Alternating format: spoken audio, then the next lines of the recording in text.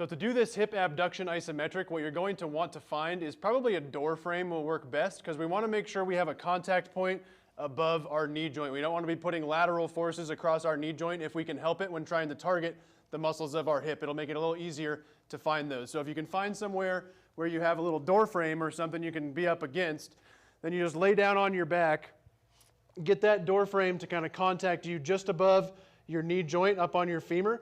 Then you're just going to slide out into that, have that contact point, and increase the pressure out into that, not super intensely, just pushing out to the side, trying to target the muscles on the outside of your hip. You should feel them squeeze, and your job is to try to intensify that contraction a little bit and squeeze them even harder while you add that pressure out into the door frame. You get those muscles to contract into fire, feel them working, intensify them working. That's going to increase the function and the activation of those muscles on the outside of your hip. You can do it against a door frame. You can do it against the side of a couch. You can do it up against the wall. The only issue you'll run into is that your foot and your tibia are going to be contacting, and you're going to want to push through those. So it's going to work best for you if you can find a place where you're set up against a door frame, a couch, a table leg, anything like that. Large animal, if something in your house is not available and you can find something that will stay stationary so you can push on it. You can find something where you get that contact up above the outside of your knee joint, and then laying down on your back, you just like very, very slowly and controlledly slide that leg out a little bit